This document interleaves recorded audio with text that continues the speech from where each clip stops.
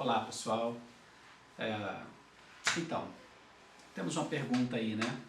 Por que as pessoas saem da igreja?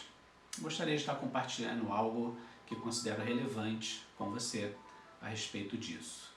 Existem pesquisas que mostram que grande parte das pessoas que entregam sua vida publicamente a Jesus Cristo, seja numa reunião de avivamento, num culto evangelístico, ou até mesmo num pequeno grupo de reunião de uma célula, por exemplo, não permanecem em Cristo nos anos que se seguem à sua vida. Por que será que isso acontece, né? A gente vê uma certa rotatividade de pessoas dentro da igreja. O que faz com que as pessoas não consigam continuar na sua vida de fé em Cristo Jesus e na comunhão com os irmãos? Eu acredito que é relevante a gente primeiro levar em conta o que o próprio Senhor Jesus disse. Em Mateus capítulo 13, ele nos ensina que nem todos que recebem a semente, né, recebem a palavra de Deus, permanecerão no caminho e frutificarão. Mas será que nós podemos fazer alguma coisa com relação a isso, para mudar esse quadro, né? Eu acredito que a razão pela qual as pessoas não permanecem em Cristo é porque elas não fazem o dever de casa da vida cristã. Eu penso que praticamente tudo na vida depende de um certo esforço, de uma certa disciplina. Se você quer ser um bom profissional, não basta sonhar, não basta ter algum imaginário romântico a respeito disso. Mas você precisa se dedicar ao estudo, a melhorias, a aprendizados relacionados a essa profissão.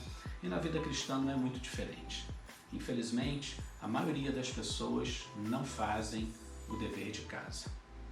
Eu penso que a primeira coisa que nós precisamos levar em conta para que possamos permanecer em Cristo é reconhecer de verdade que você precisa estudar a Bíblia e estudar a Bíblia de verdade. Bom, certamente você já sabia disso, né? Nenhuma novidade, né?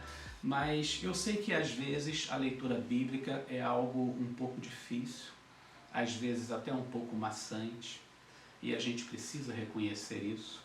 E o quanto antes nós reconhecermos isso, melhor para que a gente possa vencer também esse obstáculo e prosseguir na nossa vida cristã. Por que será? Bom, uma das razões que pode fazer com que a leitura bíblica se torne maçante é porque você está lendo de maneira errada. Você não está lendo do modo correto. Inicialmente, tentar ler a Bíblia, por exemplo, do início ao fim, de Gênesis a Apocalipse, pode não ser a melhor opção.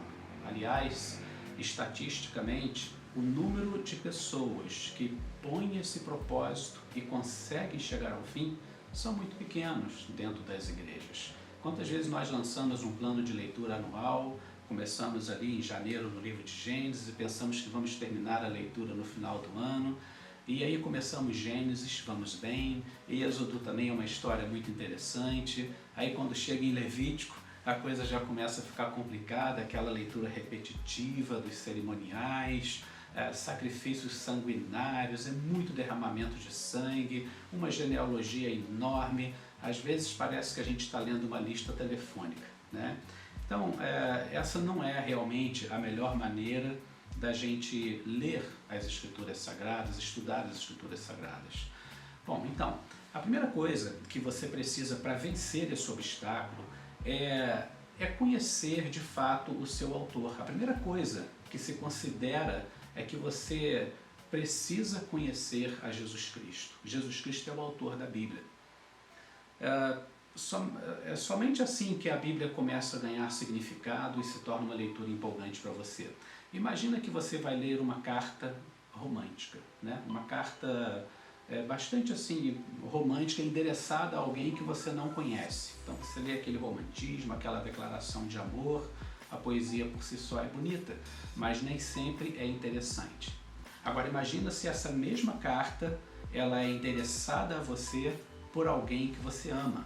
É uma carta da sua namorada para você, uma declaração de amor, uma poesia romântica, Então essa leitura, ela imediatamente enche o seu coração de expectativas, de vontade de ver aquela pessoa, e cada palavra, cada termo que se encontra naquela poesia passa a ter uma razão, um significado especial para você. Assim também é quando nós conhecemos a Jesus. Desculpe a comparação, porque nada se compara a Cristo, né? Jesus, ele é tudo na nossa vida. E quando nós temos um encontro pessoal com Jesus, então a sua carta de amor endereçada a nós ganha um significado muito mais profundo, né? Ela passa a ser empolgante, nós temos vontade de conhecê-la melhor. Então, peça a Jesus para entrar em sua vida se você ainda não fez isso.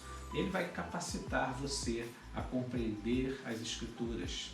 Ele vai ajudar você a ver aquilo que está além do que os nossos olhos naturais conseguem ver nas sagradas páginas da Bíblia. Pois bem, a segunda coisa que você precisa é de uma progressão ordenada do estudo da Bíblia. Eu penso que realmente ler a Bíblia é desafiador, mesmo para nós que já recebemos Cristo no nosso coração. Às vezes é uma leitura desafiadora, mas quando você começa a estudar a Bíblia, aí é diferente. Quanto mais você estuda, mais vontade você tem de estudar a Bíblia. E quanto menos você estuda, menos vontade você tem de estudar a Bíblia. Então nós precisamos estar conectado com o autor. Não dá para ler a Bíblia sem oração, não dá para você meditar nas Escrituras e tirar bom proveito dela se você de alguma maneira não está bem, né? Não está em harmonia com Jesus Cristo. Qualquer coisa que te separe da comunhão com Cristo deve ser eliminada. Normalmente os nossos pecados é que fazem isso, né? Cometemos atos que nos sentimos mal, então precisamos levar isso a Cristo e resolver a questão para que estejamos conectados com Ele e assim podemos entender o que as Escrituras têm a nos dizer num nível mais profundo, num nível de alma, num nível de espírito. Bom, então como que você pode fazer dessa maneira ordenada de estudar a Bíblia? A nossa sugestão é que se você não tem hábito da leitura bíblica, está começando agora, escolha um livro bem pequeno, né? Como por exemplo Filemon ou a Carta de Judas, que é apenas um capítulo. Temos Efésios, temos livros pequenos ali na Bíblia, 1º e 2º Timóteo, Tiago, que é um livro da prática da vida cristã.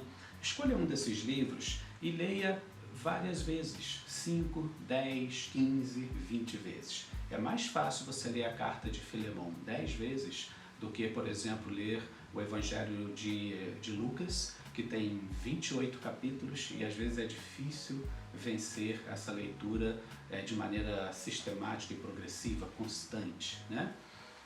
Os livros maiores, como citei agora o próprio livro de Lucas, fica mais fácil de ler quando você entende as suas divisões, as suas subdivisões, e aí você vai lendo os textos por unidade de sentido, a história fica interessante, como se fosse um seriado de TV, né, do Netflix. Você assiste uma parte do seriado e fica querendo saber o que vai acontecer naquele episódio seguinte, e quando percebemos já se passaram algumas horas e nós estamos envolvidos com aquela série. Quando nós conseguimos entender as divisões bíblicas por unidade de sentido, ganhamos um interesse semelhante às suas histórias, aquilo que ela tem a nos ensinar. Então, a nossa dica para você é que você escolha um livro e leia repetidas vezes. Não tenha pressa.